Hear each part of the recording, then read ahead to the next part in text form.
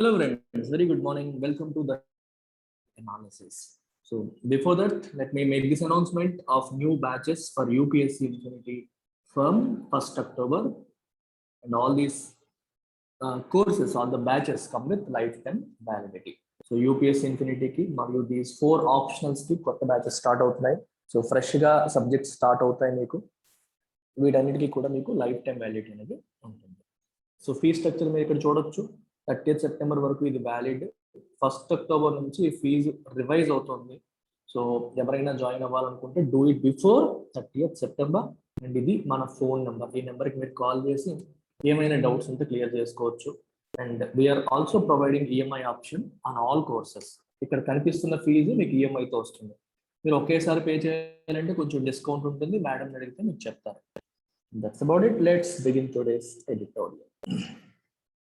So ఇవాళ editorial యొక్క title వచ్చేసి మనకి కాంప్లెక్స్ కౌంట్. సో బేసికల్ గా cost senses, cost based senses చేయాలి అంటే, సెన్సెస్ అంటే మనకు తెలిసింది కదా, హౌస్ హోల్డ్స్ డేటా మొత్తం ఇంటింటికి తిరిగి డేటాని క్యాప్చర్ చేయడం. ఈ ప్రాసెస్ లో కాస్ట్ డేటా కూడా తీసుకోవాలి. అంటే జనరల్ గా scheduled cost, scheduled tribes data తీసుకుంటారు. అది కాకుండా రిమైనింగ్ కాస్ట్లు, ఓబీసీ డేటా కూడా మొత్తం సబ్ కాస్ట్లతో సహా మొత్తం డేటా అంతా కూడా కలెక్ట్ చేయాలి అని చెప్పి పొలిటికల్ పార్టీస్ అడుగుతున్నాయి. 2021 సెన్సస్ ఇంకా మొదలు అవ్వలేదు. సో దాంట్లో భాగంగానే ఇది కూడా చేసేయండి, పనిగా కాస్ట్ డేటా కూడా కంప్లీట్గా తీసుకోండి అని చెప్పి పొలిటికల్ పార్టీస్ అన్ని అడుగుతున్నాయి. సో అది మంచిదా చెడ్డదా, పొలిటికల్ పార్టీస్ ఎందుకు అడుగుతున్నాయి, కాస్ట్ సెన్సస్ వల్ల ఉపయోగం ఏంటి, ఇలాంటి ఆస్పెక్ట్స్ అన్ని ఎడిటోరియల్లో టచ్ చేశారు. A precise caste census is difficult, but the data will be useful to drive social policy. ప్రిసైజ్గా పర్ఫెక్ట్గా కాస్ట్ సెన్సస్ చేయడం అనేది చాలా కష్టం. ఎందుకంటే ఇండియాలో ఎన్ని వేల కులాలు ఉన్నాయో మనకు తెలియదు. బయటికి కనిపించేవి కొన్ని, దాంట్లో మళ్ళీ సబ్ కాస్ట్లు, సబ్ కేటగరైజేషన్ వెళ్తే చాలా ఎక్కువ ఉంటాయి. సో ప్రిసైజ్గా కరెక్ట్గా చేయడం అనేది చాలా కష్టం. కానీ ఈ డేటా అనేది సోషల్ పాలసీ డ్రైవ్ చేయడానికి హెల్ప్ అవుతుంది. సోషల్ పాలసీ అంటే గవర్నమెంట్ తీసుకునే పాలసీస్. ఫర్ ఎగ్జాంపుల్ చూడండి, పలానా ఓబీసీస్లో ఒక పలానా కేటగిరీ వాళ్ళు బాగా వెనకబడి ఉన్నారు అనుకోండి, వాళ్ళకి probably give them more reservation. వాళ్ళ కోసం గవర్నమెంట్ సెపరేట్ స్కీమ్ తీసుకురావచ్చు. అర్థమైందా? ఎవరు బాగా వెనకబడ్డారు, ఏ కులం వాళ్ళు వెనక్కున్నారు, ఏ కులం వాళ్ళు ముందున్నారు అని తెలిసి దాన్ని బట్టి government can design its policies. Reservations కావచ్చు, అదర్ అఫర్మేటివ్ యాక్షన్ పాలసీస్ ని వాళ్ళు డిజైన్ చేయవచ్చు.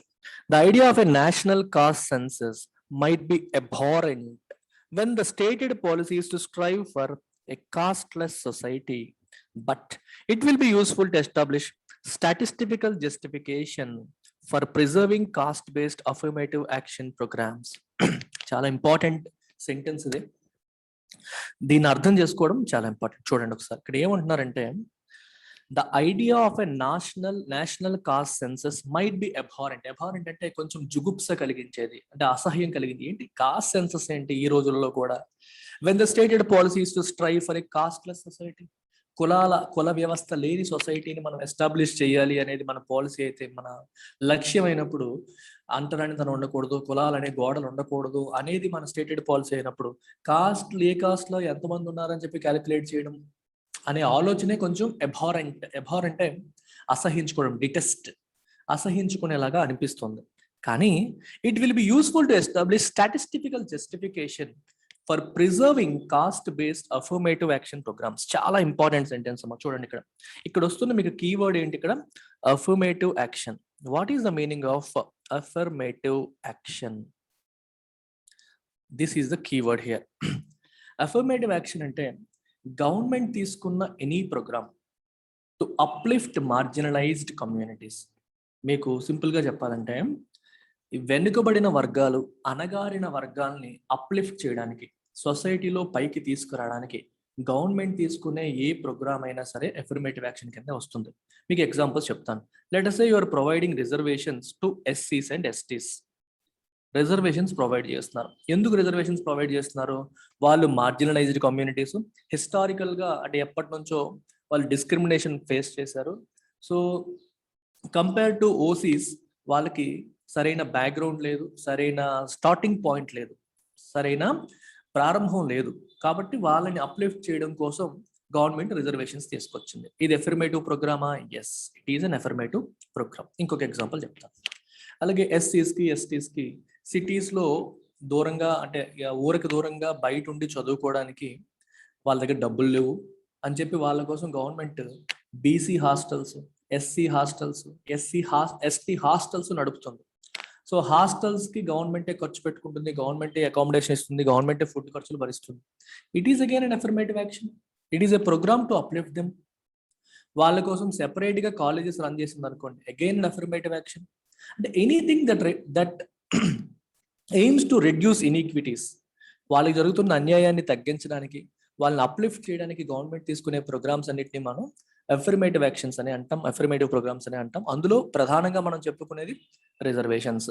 అయితే కోర్టులు ప్రశ్నిస్తాయి, ఎప్పుడో కొన్ని కాస్ట్లు వెనకబడ్డాయి అనే కారణంతో మీరు రిజర్వేషన్స్ తీసుకొచ్చారు, ఇప్పటికీ రిజర్వేషన్స్ కంటిన్యూ చేస్తున్నారు, హౌ డు వి జస్టిఫై అని చెప్పి కోర్టులు అడుగుతూ ఉంటాయి.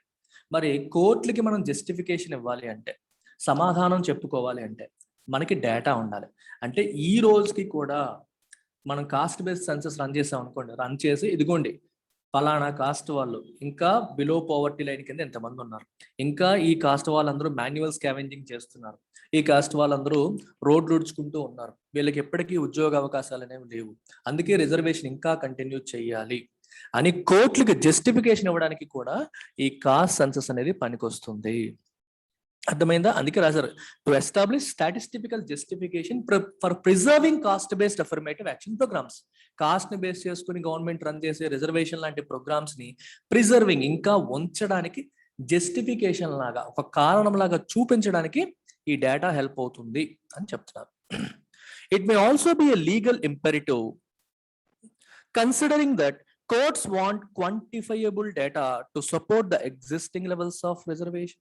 ఒకటి జస్టిఫికేషన్ ఇవ్వడానికే కాదు, కోర్టు కూడా అడుగుతుంది ఇంకా రిజర్వేషన్ కొంతమంది మీరు చూస్తే 50% క్యాప్ రిమూవ్ చేసేయండి, ఇంకా ఫర్దర్ ఇచ్చేయండి, 70% ఇచ్చేద్దాం, 80% ఇచ్చేద్దాం అని చెప్పి కూడా చాలా మంది పొలిటికల్ పార్టీస్ వాళ్ళ రాజకీయ ప్రయోజనాల కోసం డిమాండ్ చేస్తూ ఉంటాయి.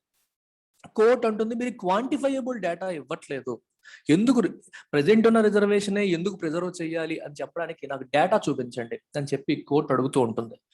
సో మరి కోర్టు అడిగినప్పుడు చూపించడానికైనా సరే మన దగ్గర డేటా ఉండాలి, దానికోసమైనా సరే ఈ కాస్ట్ బేస్డ్ సెన్సస్ అనేది కండక్ట్ చేయాలి. అందుకే లీగల్ ఇంపరేటివ్ అంటే something that is important, something that is required, legally required activity కూడా అయిపోతుంది. కానీ కోర్టులు అడుగుతున్నాయి, సో కోర్టులు అడిగిన దానికి ఇవ్వడం కోసమైనా, ఒకటి జస్టిఫికేషన్ కోసం, రెండోది వాళ్ళు ఎలాగూ డేటా అడిగారు, ఆ డేటాని ఇవ్వాలంటే సెన్సస్ కండక్ట్ చేయాలి, లేకపోతే కుదరదు అనే పాయింట్ కూడా వస్తుంది. Political parties with their base in particular social groups may find caste enumeration useful if their favored groups are established as dominant in specific geographies. Political parties పరంగా చూసుకుంటే ప్రతి పొలిటికల్ పార్టీకి కూడా ఏదో ఒక సామాజిక వర్గం, ఏదో ఒక కాస్ట్ నుంచి సపోర్ట్ ఉంటూ ఉంటుంది. మనకు తెలిసిందే అది, మన రాష్ట్రంలో తీసుకోండి, దేశంలో తీసుకోండి, ట్రెడిషనల్ గా కొన్ని కులాల వాళ్ళు కొన్ని పార్టీని సపోర్ట్ చేస్తూ ఉంటారు. ఈ పొలిటికల్ పార్టీస్ కి కాస్ట్ ఎన్యూమరేషన్ చేయడం వల్ల ఉపయోగం ఏంటి?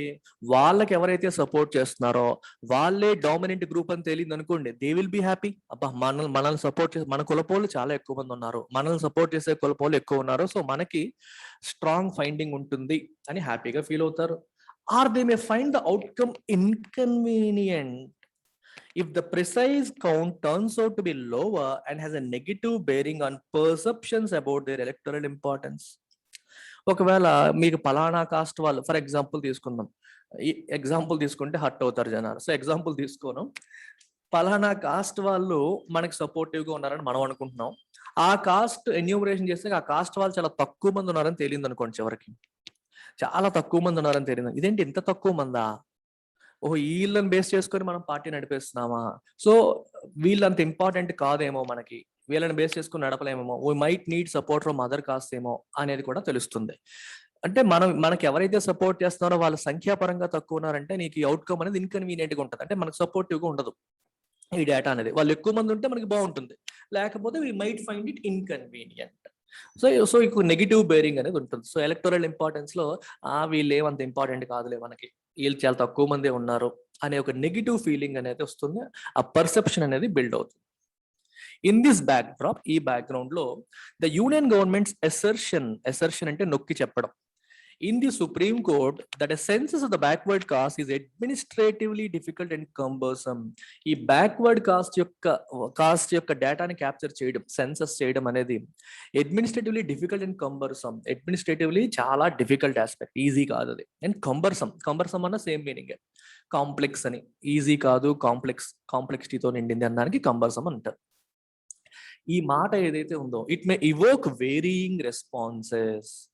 అంటే గవర్నమెంట్ చెప్పిన ఈ మాట మే ఇవోక్ అంటే బ్రింగ్ అవుట్. అంటే గవర్నమెంట్ ఈ మాట చెప్పింది, మనం ఎలాంటి రెస్పాన్స్ మన నుంచి వస్తుంది, what kind of response is it evoke అంటే మనలో ఆ రెస్పాన్స్ వచ్చేలా చేయడం, బ్రింగ్ అవుట్ అని అర్థం చేసుకోవచ్చు మీరు. ఒక్కొక్కరు ఒకలాగా దీని గురించి రెస్పాండ్ అయ్యే పరిస్థితి కనిపిస్తోంది, రెస్పాండ్ అవ్వవచ్చు అంటున్నారు. There are 2 components to the government stand. Government చెప్పిన మాటలో 2 కాంపోనెంట్స్ మనం చూడొచ్చు. First, it asserts that it is a policy decision not to have caste as part of the regular census. మొదటిది ఏంటంటే it is a policy decision not to have caste as part of the regular census. Regular census లో భాగంగా caste ఉండకూడదు అనేది policy decision.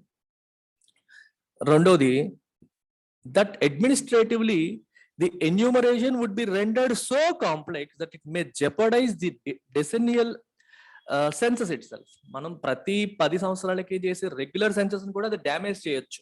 అంటే ఈ data అనేది చాలా కాంప్లెక్సిటీ ఎక్కువైపోయి అసలు మన రెగ్యులర్ సెన్సస్ కూడా చేయలేని పరిస్థితి కల్పించవచ్చు. సో చాలా కాంప్లెక్సిటీ పెరిగిపోయి, రెండర్ అంటే మేక్ అని, enumeration would be rendered would be made so complex. Enumeration అంటే తెలుసు కదా మీకు, పేర్లు వాళ్ళ డేటా అంతా రాసుకోవడం, డీటెయిల్డ్ గా 1 by 1 రాయడాన్ని ఎన్యూమరేషన్ అంటాం. ఇది ఓవరాల్ సెన్సస్ నే జెపడైజ్ చేసే అవకాశం ఉంది. జెపడైజ్ అంటే డ్యామేజ్ చేసే అవకాశం ఉంటుంది. 2 విషయాలు అనమాట. ఒకటి, కాస్ట్ అనేది రెగ్యులర్ సెన్సస్ లో ఉండకూడదు అనేది పాలసీ డెసిషన్ అయితే, రెండవది ఒకవేళ తీసుకోవాలన్నా అది చాలా పెద్ద కాంప్లెక్స్ యాక్టివిటీ, మన రెగ్యులర్ సెన్సస్ యాక్టివిటీని కూడా అది ఇంపాక్ట్ చేస్తుంది. ఒకటి. రెండవది, it cites the difficulties and complexities inherent in getting an accurate count of caste given the mind boggling numbers of caste and sub caste with phonetic variations and similarities that people returned as their caste in the socio-economic caste census conducted in 2011. రెండో విషయం ఏంటంటే, accurate count of cost కనుక్కోవడం కూడా చాలా కష్టం. ఎందుకని? There are so many difficulties and complexities ఉన్నాయి. Inherent అంటే న్యాచురల్ గా అందులో ఉన్నాయి, ఇన్వాల్వ్ అందులో ఉన్నాయని అర్థం. దేంట్లో? యాక్యురేట్ కౌంట్ ఆఫ్ కాస్ట్ కనుక్కోవడంలో. ఎందుకని? Given the mind boggling numbers of caste and sub caste. ఇండియాలో ఉన్న కాస్ట్ లో మైండ్ బాగ్లింగ్ అంటే తక్కువ కాదు, చాలా ఎక్కువ కాస్ట్లు సబ్ కాస్ట్లు ఇండియాలో ఉన్నాయి. With phonetic variations and similarities. మళ్ళీ ఇద్దరు ఒకే కాస్ట్ లాగా మాట్లాడతారు, పేరు మాత్రం చిన్న వేరియేషన్ ఉంటుంది. వాడోలో పలుకుతాడు, వీడోలో పలుకుతాడు. సో ఇవి రెండు వేరు కాస్ట్లా, ఒకే కాస్టా, మళ్ళీ కన్ఫ్యూజన్ వస్తుంది. సిమిలర్ గా కనిపిస్తాయి, వేరియేషన్లు ఉంటాయి. సో పలికే విధానంలో తేడా ఉంటుంది. నిజంగా 2 కాస్ట్లు ఉన్నాయి, ఒకదాని వీళ్ళు 2 రకాలుగా పలుకుతున్నారా కూడా గవర్నమెంట్కి అర్థం కాదు. సో ఇంత కాంప్లెక్సిటీ ఉంటుంది. ఇన్ఫాక్ట్ 2011లో ఇలాగే socio economic cost census conduct చేసినప్పుడు ఇలాగే చెప్పారు జనాలు. ఆ డేటాని సరిగ్గా ఉపయోగించుకోలేని పరిస్థితికి వచ్చేసింది గవర్నమెంట్. ఎందుకంటే చాలా కాంప్లెక్సిటీ వచ్చింది. ఈ 2 ఒకటా కాదా, అది వేరు ఇది వేరా. So it led to so much of confusion that the data was rendered unuseful, rendered useless గా అయిపోయింది ఆ డేటా అంతా కూడా. అందుకే చెప్తుంది గవర్నమెంట్ ఇది చాలా కష్టం, ఇది mind boggling number of cost ఉన్న ఇండియాలో చాలా కష్టం. The government has said data from the 2011 census were not acted upon because of several infirmities. Infirmity అంటే వీక్నెస్ అని. ఆ డేటాలో చాలా లోపాలు ఉన్నాయి, వీక్నెస్లు ఉన్నాయి, ఇష్యూస్ ఉన్నాయి. అందుకనే 2011లో డేటా తీసుకుని కూడా దానిని ఉపయోగించలేకపోయాము. We could not act upon it అని చెప్పి గవర్నమెంట్ చెప్పింది. That rendered them unusable. దీనివల్ల ఆ డేటా అనేది అన్యూజబుల్ అయిపోయింది, చాలా లోపాలు ఉన్నాయి ఆ డేటాలో అని. Even in the censuses up to 1931 when caste details were collected, they were wanting in completeness and accuracy. 1931 కూడా అప్పట్లో సెన్సస్ అనేది కలెక్ట్ చేసేవారు, కాస్ట్ డీటెయిల్స్ కూడా కలెక్ట్ చేసేవారు. వాటిల్లో కూడా they were wanting in completeness and accuracy.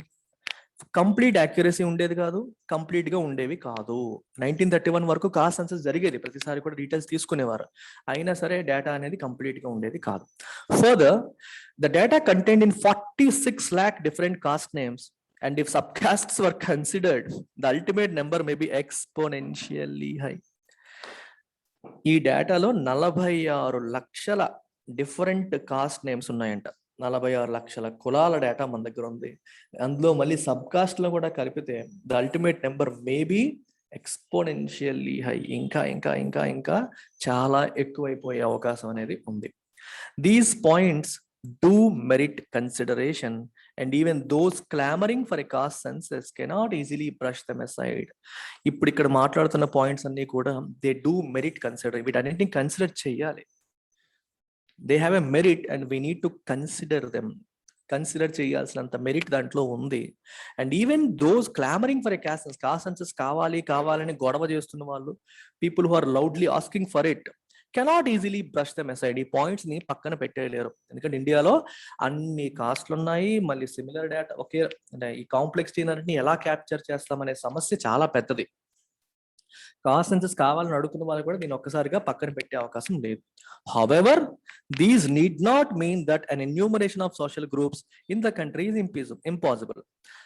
అయితే దీని అర్థం అసలు ఎన్యూమరేషన్ చేయలేము అని కాదు. అంటే డిఫరెంట్ సోషల్ గ్రూప్స్ యొక్క డేటా మనం కంప్లీట్ గా క్యాప్చర్ చేసి ప్రాబ్లమ్స్ ఉన్నాయి కదా అని చెప్పి అది అసాధ్యం కాదు. Yes, it is complex, it is difficult, it is not easy, accepted. దాని అర్థం ఇది అసాధ్యం అని కాదు. That doesn't mean it is absolutely impossible. దాని అర్థం ఇది అసాధ్యమని కాదు. It may be an independent exercise, but one that needs adequate thought and preparation. అర్థమవుతుందా?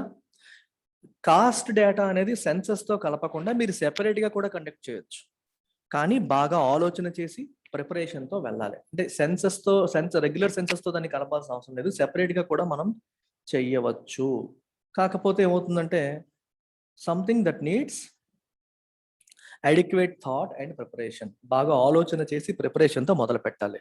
If its ultimate goal is not for political or electoral purposes, but for equity in distribution of opportunities. Ultimate గా cost census యొక్క objective ఏంటమ్మా? Equity in distribution. And government యొక్క services కానీ, government నుంచి ప్రజలకు వచ్చే benefits కానీ ఏ వర్గానికైతే ఎక్కువగా అవసరమో ఆ వర్గానికి వచ్చేలా చేయడం. ఈక్విటీ ఇన్ డిస్ట్రిబ్యూషన్ అంటే ఈక్వాలిటీ కాదు, అన్ని వర్గాలకి సమానంగా ఇవ్వడం కాదు. ఈక్విటీ అంటే ఏ వర్గానికి ఎక్కువ అవసరమో ఆ వర్గానికి ఎక్కువ ఇవ్వడం అనేది ఈక్విటీ. గుర్తుపెట్టుకోండి, this is a core concept. చాలా సార్లు మీరు ఈక్విటీ అనే పదాన్ని ఫేస్ చేస్తూ ఉంటారు. ఈక్విటీ, ఈక్వాలిటీ అనే పదాలకి అర్థం తెలుసుకోవడం చాలా చాలా ఇంపార్టెంట్. అందరినీ సమానంగా చూడడం, అందరికీ సమానంగా ఇవ్వడం అనేది ఈక్వాలిటీ అయితే, అవసరం ఉన్నవాడికి ఎక్కువ ఇవ్వడం అనేది ఈక్విటీ. జస్టిస్ అంటే అర్థం ఏంటి? Those who need more. ఇప్పుడు గవర్నమెంట్ సపోర్ట్ చేద్దామని వస్తుంది ప్రజల దగ్గరికి. సపోర్ట్ చేద్దామని వచ్చినప్పుడు ఒక పేదవాడికి, మిడిల్ క్లాస్ వాడికి, డబ్బున్న వాడికి ఒకేలాగా గవర్నమెంట్ సహాయం చేయాలా అంటే ఏమంటారు మీరు? లేదు సార్, పేదవాడికి ఎక్కువ చేయాలి, అసలు డబ్బున్న వాడికి అవసరమే లేదని మీరే అంటారు. అంటే అర్థం ఏంటి? దట్ ఈజ్ అప్పుడు ఇన్ఈక్వాలిటీ కదా. డబ్బున్న వాడిని, పేదవాడిని సమానంగా చూడట్లేదు, పేదవాడికి ఎక్కువ ఇస్తారు, డబ్బున్న వాడికి తక్కువ ఇస్తారని మనం అంటామా? అనం. ఎందుకంటే పేదవాడికి అవసరం కాబట్టి వాడికి ఎక్కువ ఇవ్వాలి. That is equity. Justice, equity means justice, equity means fairness. Fairness is not equality. అంటే సమానంగా చూసేయడం కాదు, సమానం అయ్యేలా చేయడం. వీడు వెనకబడి ఉన్నాడు, పేదవాడు డబ్బున్న వాడితో వెనకబడి ఉన్నాడు. సో వీడిని డబ్బున్న వాడితో ఈక్వల్ గా చేయాలంటే గవర్నమెంట్ హ్యాస్ టు సపోర్ట్. అంటే ఈక్వాలిటీ అనేది కాన్సెప్ట్ మనం సాధించాలి అంటే ఈక్విటీ అనేది అవసరం. అర్థమవుతుందా? ఈక్వాలిటీ మీకు అల్టిమేట్ గోల్ అయితే ఈక్విటీ అనేది దాని యొక్క మీన్స్ అవుతుంది, అది ఎండ్ అయితే ఇది మీన్స్ అవుతుంది. అలా మనం ఉపయోగించాలి. అందుకే ఈక్విటబుల్ డిస్ట్రిబ్యూషన్ ఆఫ్ ఆపర్చునిటీస్ కావాలి అంటే ఏ కాస్ట్లు బాగా వెనకబడ్డాయి, ఆర్థికంగా, సామాజికంగా ఏ కాస్ట్లు వెనకబడ్డాయి ఐడెంటిఫై చేస్తే ఆ కాస్ట్లకి మనం ఎక్కువ సపోర్ట్ చేయవచ్చు. మీరు అనొచ్చు సార్ ఆల్రెడీ తెలుసు కదా అని. ఎస్ తెలుసు, కానీ గత 50 సంవత్సరాలుగా మార్పులు వచ్చాయేమో. ఏ కాస్ట్లు అయితే వెనకబడ్డాయని మనం ఇప్పటికీ రిజర్వేషన్ ఫలాలు అందిస్తున్నామో ఆ కాస్ట్లు ఆల్రెడీ సుపీరియర్ అయిపోయాయేమో. ఏ కాస్ట్లు బాగున్నాయని అనుకుంటున్నామో వాళ్ళు వెనకబడిపోయారేమో. అవంతా మనం మళ్ళీ ఫ్రెష్ గా కాస్ట్ సెన్సస్ చేస్తేనే తెలుస్తుంది. ఆ రకంగా మనకి ఇది ఉపయోగపడుతుంది అని చెప్పి అర్థం. A preliminary socio anthropological Study can be done at the state and the district levels to establish all sects and subcastes present in the population.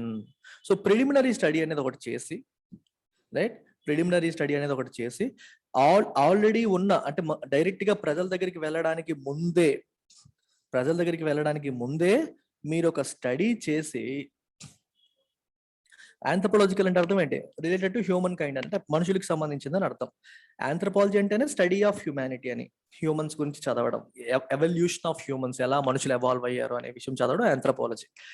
So ఈ అంటే ముందే ఒక స్టడీ చేసి ఎన్ని కాస్ట్లు ఉన్నాయి, ఎన్ని సబ్ కాస్ట్లు ఉన్నాయి అని చెప్పి కంప్లీట్ గా ఎన్యూమరేట్ ముందే చేసేయాలి, ప్రజల దగ్గరికి వెళ్ళక ముందే.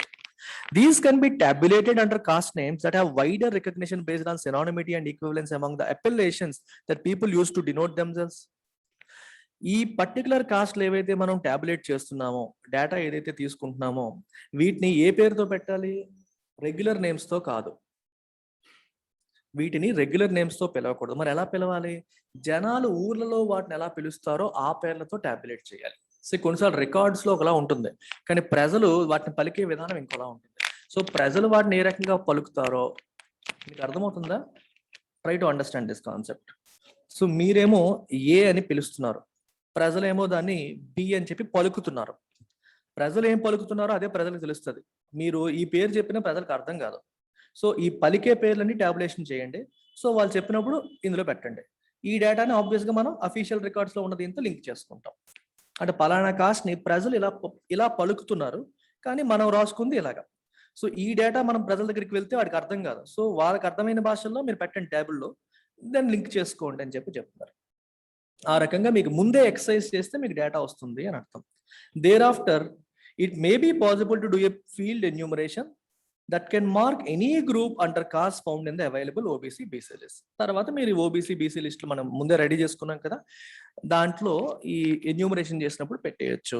A caste census may not sit well with the goal of casteless society. Obviously casteless society కావాలనే గోల్ ఉన్నప్పుడు ఎలాంటి సెన్సస్ చేయడం అనేది బాగుండదు. In fact it doesn't sync with that objective, but it may serve in the interim అంటే in the middle as a useful if not entirely flawless means of addressing inequities in the society.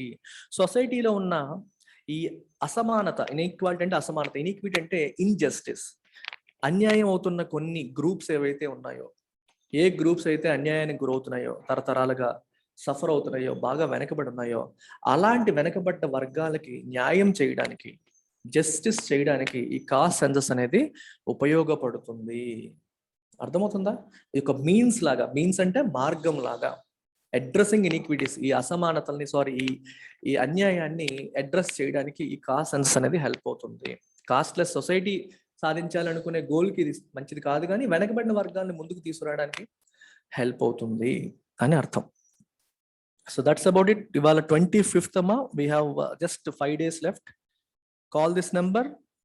1st October నుంచి we're starting new batches.